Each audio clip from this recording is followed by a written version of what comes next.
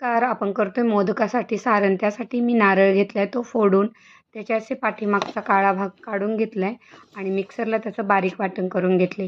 त्यानंतर आपण 2 नारळासाठी 1.5 पाव गूळ घेतलाय. तो गूळ मी आता कढईमध्ये वितळायला घातलाय. यासाठी आपण थोडेसे ड्रायफ्रूटही घेतलीत.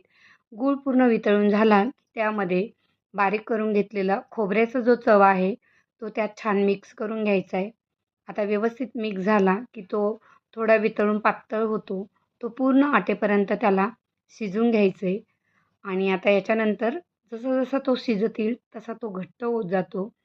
त्यानंतर आपण ड्रायफ्रूट कट करून घेतलेले आहे. आता याच्यावरती आपण ड्रायफ्रूट घालून घेऊया. तर आता शिजून असं घट्ट झाल्याच्या नंतर मी ड्रायफ्रूट याच्यामध्ये घालून घेतले आणि तेही याच्यामध्ये छान मिक्स करायला ड्रायफ्रूट चांगले मिक्स करून घेतली की याच्यामध्ये आपल्याला वेलची पूड घालायची आहे. वेलची पूड नेहमी सगळ्यात लास्ट वापरा, म्हणजे त्याचा सुगंध छान राहतो आणि अशा प्रकारे आपलं परफेक्ट असं हे सारण तयार झालेलं आहे.